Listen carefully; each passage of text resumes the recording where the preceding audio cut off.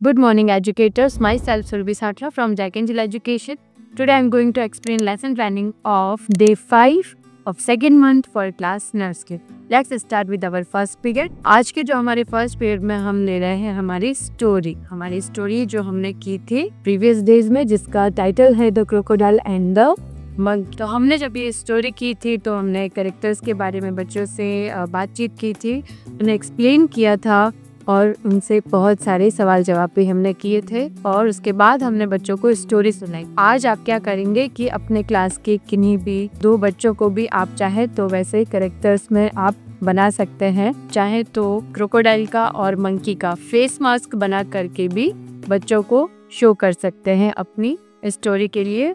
और आप फिर बच्चों से उनका नाम पूछें और पूछें कि उनके फेवरेट फूड क्या है और एक बार उनसे पूछे कि उस दिन स्टोरी में क्या क्या हुआ था। ये सब कुछ आप एक बार बच्चों से जनरल इंटरेक्शन करें। उसके बाद आप अपनी तरफ से स्टोरी को फिर से एक्सप्लेन करेंगे। कैसे एक बंदर और एक मगरमच्छ बहुत अच्छे दोस्त थे। बंदर कहाँ रहता था? बंदर पेड़ पे रहता था और मगरमच्छ पानी में रहता था। और दोनों की फ्रेंडशिप कैसे हुई थी कि बंदर हमेशा मीठे मीठे सेब मगरमच्छ को देता था और मगरमच्छ बदले में उसको पानी से निकाल के मछलियाँ देता था। तो इस तरह से दोनों की दोस्ती हो गई थी। फिर एक दिन मगरमच्छ ने अपनी वाइफ को, अपनी पत्नी को अपने दोस्त के बारे में बताया कि मेरा एक बहुत अच्छा दोस्त है जो मुझे मीठे मीठे सेब ला करके देता है। तो उसकी पत्नी के मन में लालच आ गया, अगर वो मीठे सेब खाता है तो उसका दिल भी मीठा होगा। इसीलिए उसने मगरमच्छ को रिक्वेस्ट किया कि आप अपने दोस्त को हमारे घर लंच पर लेकर के आइए। तब मगरमच्छ को अच्छा तो नहीं लगा, वो थोड़ा दुखी भी हुआ, लेकिन क्या करता, उसने अपनी वाइफ से प्रॉमिस भी किया और वो उसको हाँ बोल दिया कि हाँ मैं अपने फ्रेंड को लेकर के आऊँगा। फिर अगले दिन मगरमच्छ ने बंदर को क्या कहा कि क्या तुम मेरे साथ तालाब में सैर पर चलोगे? बंदर तो दोस्त था मगरमच्छ का, तो उसने हाँ कर दी क्योंकि हम तो अपने फ्रेंड्स का भरोसा करते हैं। तो उसने भी मगरमच्छ को हाँ कर दिया और दोनों जने तालाब में सैर पर निकल गए। बंदर बैठा था मगरमच्छ की पीठ पर और दोनों सैर कर रहे थे। आधे रास्ते पहुंचने के बाद मगरमच्छ ने बंदर को सच्चाई बताई कि मेरी पत्नी तुम्हारा दिल खाना चाहती है, इसीलिए मैं तुम्हें मेरे घर लेकर के जा रहा हूँ। तब मगरमच्छ की बात सुनकर बंदर घबराया नहीं, उसने अपना दिमाग लगाया और उसको क्या आइडिया आया। उसने मगरमच्छ से कहा कि दोस्त, तुम्हें ये बात मुझे पहले बतानी चाहिए थी। मैं तो मेरा दिल पेड़ पर सेब के गुच्छों के पास रख के आया हूँ, तो अब वापस जाना पड़ेगा। इतना सुन के सीधा था मगरमच्छ, तो वो वापस घूम गया और उसको पेड़ तक लेकर के आया और चालाकी से बंदर फटाफट पेड़ पे चढ़ गया और वहाँ से बहुत दूर चला गया। स्टोरी हमें समझाती है कि मुसीबत के टाइम हमें घबराना नहीं चाहिए और सोच समझ के काम लेना चाहिए। और दूसरी बात, हमें कभी अपने बड़ों से, अपने पापा मम्मी से पूछे बिना कभी किसी और पे ट्रस्ट नहीं करना चाहिए, ना उनसे कुछ लेना चाहिए, ना ही उनके साथ कहीं जाना चाहिए। ये थी हमारी स्टोरी और इस तरह से आप बच्चों को एक बार फिर से बहुत अच्छे से स्टोरी एक्सप्लेन करें और बताएं कि आज उनकी क्लास के कौन से 2 बच्चों ने कौन कौन सा कैरेक्टर लिया था। ठीक है, चलिए नेक्स्ट है हमारा नंबर टाइम। आज के नंबर टाइम में हम लिखेंगे नंबर 1। हम आइडेंटिफाई करेंगे नंबर 1 को और नंबर 1 में कितने ऑब्जेक्ट्स होते हैं उनको काउंट करके देखेंगे और समझेंगे कि नंबर 1 की वैल्यू क्या होती है। चलिए, तो हम बच्चों को आज नंबर 1 सिखाएंगे और नंबर 1 की जो हमारी राइम है वो इस तरह से है, straight line down then we are done, that is way to make a 1। हमारी राइम क्या कह रही है? Straight line down. जब हम एक स्ट्रेट लाइन डाउन बनाते हैं देन वी आर डन और वो कंप्लीट हो जाता है, that is the way to make a 1। और इस तरह से हम 1 बनाते हैं। तो 1 कितना इजी है, हमें क्या बनानी है, उसमें केवल एक स्ट्रेट डाउन लाइन बनानी है। ठीक है, इस तरह से हमारा 1 हम लिख सकते हैं, ड्रॉ कर सकते हैं। ठीक है, तो आप यहाँ पे पहले 1 जो ऑब्जेक्ट हमने दे रखे हैं वो आपको एक्सप्लेन करना है बच्चों को।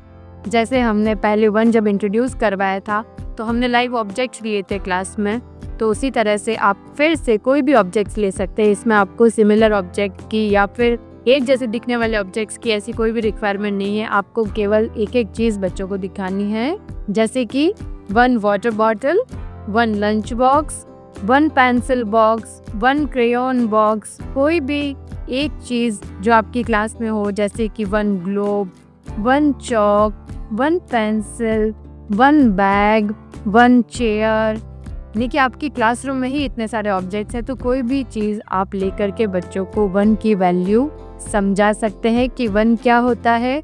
कोई भी चीज़ जब 1 होती है तो वो केवल 1 होती है, अगर उससे नंबर ज़्यादा होता है तब वो अलग होता है। तो अभी हम केवल उनको 1 के बारे में समझा रहे हैं, तो हमें उन्हें केवल एक ही ऑब्जेक्ट दिखाना है। इस तरह से हम उनको पहले लाइव ऑब्जेक्ट दिखाएंगे, फिर हम उन्हें बुक वाले ऑब्जेक्ट्स एक्सप्लेन करेंगे। तो आप बच्चों से बोलेंगे कि जैसे 1 ऑब्जेक्ट का नाम लेगी तो बच्चों को उस पे फिंगर पॉइंट करनी है। तो आप अपने को टीचर को भी बोलें कि वो सर्कल में बच्चों के साथ बैठे, आप दोनों और ऑब्जर्व करें कि बच्चे जिस पिक्चर का आप नाम ले रहे हैं उसी पे अपनी फिंगर को पॉइंट कर रहे हैं। लाइक 1 मून, 1 डॉग, 1 सन, 1 ट्री। इस तरह से ये है हमारी 1 ऑब्जेक्ट की काउंटिंग। यह है हमारी वैल्यू ऑफ 1, जिसमें एक ऑब्जेक्ट ये आता है, उसको हम 1 कहते हैं। उसके बाद 1 दिखने में कैसा है, स्ट्रेट डाउन लाइन जब हम ड्रॉ करते हैं तो 1 बन जाता है। और अब हमारे बच्चे 1 को समझ चुके हैं, तो आप 1 को एक बार ब्लैक बोर्ड पे ड्रॉ कर दीजिए। और आप ऐसा भी कर सकते हैं कि एक सर्कल बनाएं और उसके अंदर 1 और 2 को आप लिख लें पहले। जैसे आपने 3-4 नंबर्स में 1 लिख लिया और 3-4 नंबर्स में 2 लिख लिया। अब उसमें से बच्चों को पूछें कि विच 1 इज़ नंबर 1। बच्चे आपको एक्सप्लेन करेंगे। आप हर एक पे चौक रखें और पूछें कि दिस इज़ 1, तो बच्चे बता देंगे यस। तो आप जो 1 है उस पर सर्कल करेंगे और जो 2 है उस पर कुछ नहीं करेंगे। तो इससे हमारे बच्चों को समझ आएगा कि 1 और 2 में किस तरह से डिफरेंस है, तो वो अच्छे से आइडेंटिफाई करेंगे। उसके बाद आप उनकी वर्कशीट कंप्लीट करवाएं। यहाँ पे आप बच्चों को बोलो कैप के अंदर 1 लिखा है, उस कैप को बच्चों को कलर करना है। जैसे हमारी 1 की कैप ये है और ये है हमारी नंबर 2 की, तो ये 1 नहीं है, इसके जैसा जैसा दिखने वाला 1 ये है। तो बच्चे भी इजीली समझ जाएंगे और आपको 1 वाली कैप में कलर करवाना है। नेक्स्ट पीरियड है हमारा जनरल अवेयरनेस का। जनरल अवेयरनेस टाइम में आज हम बच्चों से बात करेंगे उनके फेवरेट थिंग्स के बारे में। हमने उनसे पहले भी उनको ये टॉपिक करवाया था, आज हम इसका रिवीजन करवा रहे हैं। तो हमें यहाँ पे उनकी एक वर्कशीट कंप्लीट करवानी है। पहले तो हम उनकी एज के अकॉर्डिंग इसमें कलरिंग करवाएंगे और फिर उनका जो फेवरेट टॉय है उसमें बच्चे सर्कल करेंगे। इससे पहले आपको जनरल कॉन्वर्जेशन करना है दोनों टॉपिक्स पे, कि आपको खोलना है बच्चों को कि जैसे आपने कहा था कि आप अपने घर जा कर के अपने बर्थडे का एल्बम देखेंगे, तो क्या आपने वो देखा? तो जो बच्चों ने देखा है वो ज़रूर आपको बताएंगे कि हाँ मैम, हमने हमारा बर्थडे का फ़ोटो देखा था, हम उसमें ऐसे दिखाई दे रहे थे और हमें उस बर्थडे में ये गिफ्ट्स मिले थे, हमने ये किया था। और फिर आप उनसे उनकी एज पूछेगा कि उनके बर्थडे केक पर कितने कैंडल्स थी या वो कितने इयर्स के हो गए हैं। बच्चों को अपनी एज पता लग चुकी है तो बच्चे अपनी एज इजीली आपको एक्सप्लेन करेंगे। और उसके बाद सेकंड टॉपिक जो था हमारा बच्चों की फेवरेट थिंग्स का, तो आप उनसे पूछिए उनकी फेवरेट चीज़ों के बारे में। उन्होंने अपनी मम्मी को बताया था और मम्मी ने भी उनको घर पे कई सारी चीज़ें बता करके पूछा होगा कि आपकी फेवरेट फूड आइटम कौन सा है या आपका फेवरेट टॉय कौन सा है। तो आज आपको क्या करना है, अपनी फेवरेट थिंग्स जो है अपने दोस्तों को बतानी है। आप बच्चों को एनकरेज करें, उनको सर्कल में बिठा के कि वो एक दूसरे से उनकी एज पूछेंगे और उनसे क्या पूछेंगे, उनका फेवरेट टॉय या उनका फेवरेट फूड या उनकी फेवरेट थिंग जो कोई भी है। ठीक है, तो आज आपको बच्चों को 2 ग्रुप्स में डिवाइड करके उनका कॉन्वर्जेशन करवाना है। तो आप बच्चों को 2 ग्रुप्स में बिठाएं, उनसे बोलें कि वो एक दूसरे के साथ में इंटरेक्शन करेंगे। जैसे पहला बच्चा दूसरे से पूछ रहा है, जैसे रिया पूछ रही है टीना से हाउ ओल्ड आर यू। टीना जवाब देगी वापस रिया को कि आई एम 4 ईयर ओल्ड। और फिर वो पूछेगी which is your favourite toy, तुम्हारा फेवरेट खिलौना कौन सा है। तो वो अपनी फेवरेट कार या डॉल जो भी है उसका नाम बताएगी, उसका कलर बताएगी। तो बच्चों को इस तरह से एक दूसरे के साथ बिठाएं और उनसे बोलें कि वो कॉन्वर्जेशन करें। उन्हें थोड़ा सा टाइम दें, 10 से 15 मिनट का। इसके बाद आप सारे बच्चों से पूछेंगे कि क्या उनको उनके दोस्त की फेवरेट चीज़ें और उनकी एज पता है, उनका बर्थडे पता है। तो बच्चे आपको जवाब देंगे कि हाँ मैम, हमें पता है, हमने एक दूसरे से पूछा है, मुझे पता है कि रिया को क्या पसंद है, या मुझे पता है कि टीना को क्या पसंद है। इस तरह से आप बच्चों से भी वापस से पूछें और उनको एनकरेज करें, उनके लिए क्लैपिंग भी करवाएं। उसके बाद आप बच्चों की ये एक्टिविटी शीट उनको देंगे। उनकी पिक्शनरी का पेज नंबर 10 है, जिसमें बच्चों को उनकी एज के अकॉर्डिंग बलून्स में कलर फिल करना है। सेकेंड एक्टिविटी में बच्चों को अपने फेवरेट टॉय पर सर्कल करना है। अब जब बच्चे एक दूसरे से बातचीत कर चुके हैं और इस टॉपिक को उन्होंने समझ लिया है कि उनकी एज क्या है और उनकी फेवरेट थिंग्स क्या है, उनके फेवरेट टॉयज़ क्या है, फेवरेट क्या होता है, तो अब बच्चों को ज़्यादा को टाइम नहीं देना पड़ेगा। वो बहुत जल्दी आपकी चीज़ों को कैच कर लेंगे, ठीक है। तो यहाँ आप उनकी हेल्प कीजिएगा उनके वर्कशीट कंप्लीट करने में। नेक्स्ट है हमारा प्ले टाइम। आज के प्ले टाइम में हमने जो एक्टिविटी ली है वो है लेसिंग एंड अनलेसिंग, यानी कि जैसे शूज़ की लेस होती है उसको टाई करना और अनटाई करना, यानी कि उनको निकालना भी है, अच्छे से फिर से लगा करके उसको टाई भी करना है। हमने आपको यहाँ पे एग्जाम्पल के लिए एक इस तरह का शूज़ लिया है। ये हम हमारे प्री प्राइमरी के किट में इस तरह की चीज़ें यूज़ करते हैं और आपको भी ज़रूर करनी चाहिए। इन एक्टिविटीज़ के थ्रू हमारे बच्चों की ब्रेन स्टॉर्मिंग भी होती है और उनकी ग्रिपिंग भी फाइन होती है, ठीक है। यहाँ पे जैसे आप देख रहे हैं कि बच्चे जब शू लेस करेंगे उन्हें पूरा ध्यान लगाना पड़ेगा, तो यहाँ पे उनका हैंड आई कोऑर्डिनेशन भी होगा। प्लस जब बच्चे इस लेस को इस तरह से पकड़ के जब टाई करना सीखेंगे तो इससे उनकी ग्रिपिंग पर भी वर्क हो रहा है, उनकी ग्रिप भी फाइन हो रही है। और साथ ही साथ आपको जब बच्चे जब शूज़ अभी पहन के आते हैं तो कभी उनको अपने आप बंद करने की ज़रूरत होती है, तो वो खुद से कर सकते हैं और इस नई चीज़ को सीखने में उन्हें भी बहुत मज़ा आएगा। तो ये उनके लिए ब्रेन स्टॉर्मिंग, फाइन ग्रिप और उनके खुद के काम आने वाली एक्टिविटी है, तो आप ये ज़रूर करवाएं।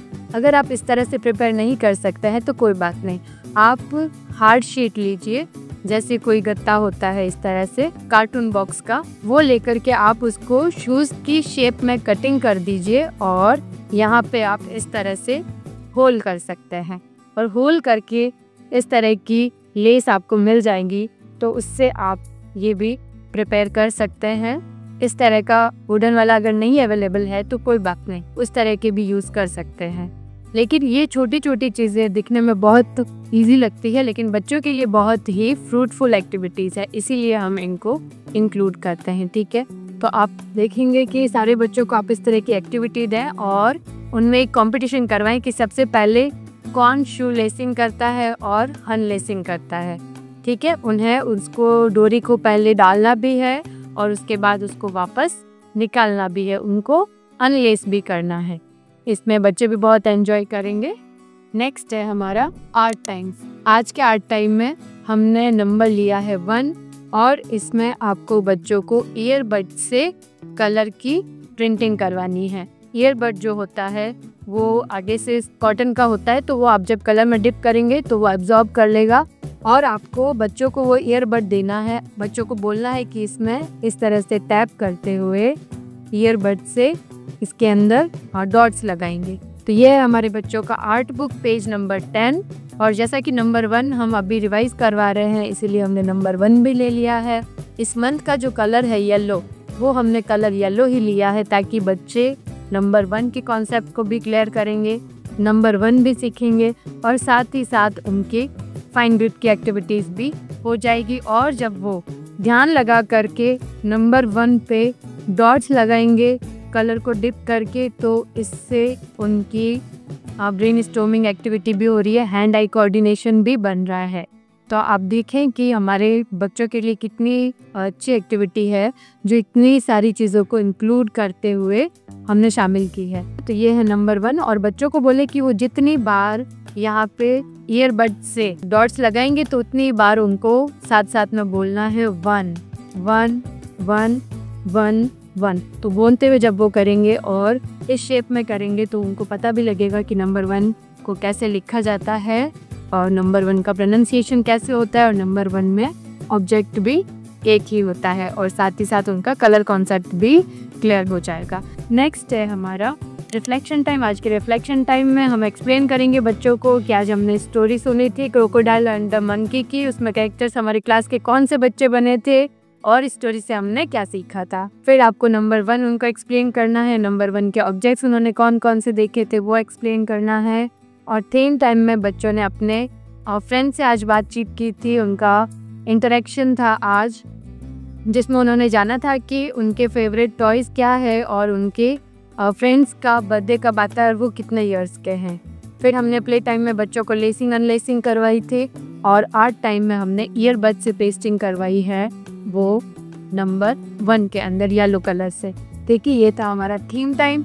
फिर हमारा होमवर्क तो हमने मैथ्स न्यूमेरेसी में दिया है circle the candles with number 1 on page number 9।